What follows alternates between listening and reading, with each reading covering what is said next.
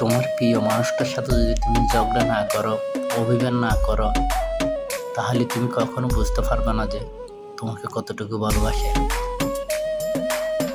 একদিন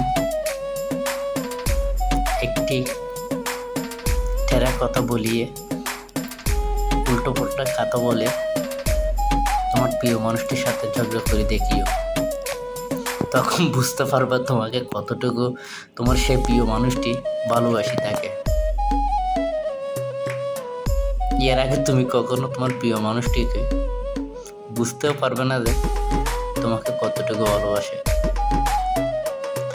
হয়তো তোমাকে অনেক ভালোবাসে, সেই কথাটি প্রকাশ করতে না পারলেও ঝগড়ার মাধ্যমে হয়তো ঠিকই প্রকাশ করতে পারবে। ঠিক একদিন ইচ্ছাগতভাবে তুমি ঝগড়া করে দেখিও, ঠিকই বুঝতে পারবা সেই মানুষটি তোমাকে কতটুকু ভালোবাসে।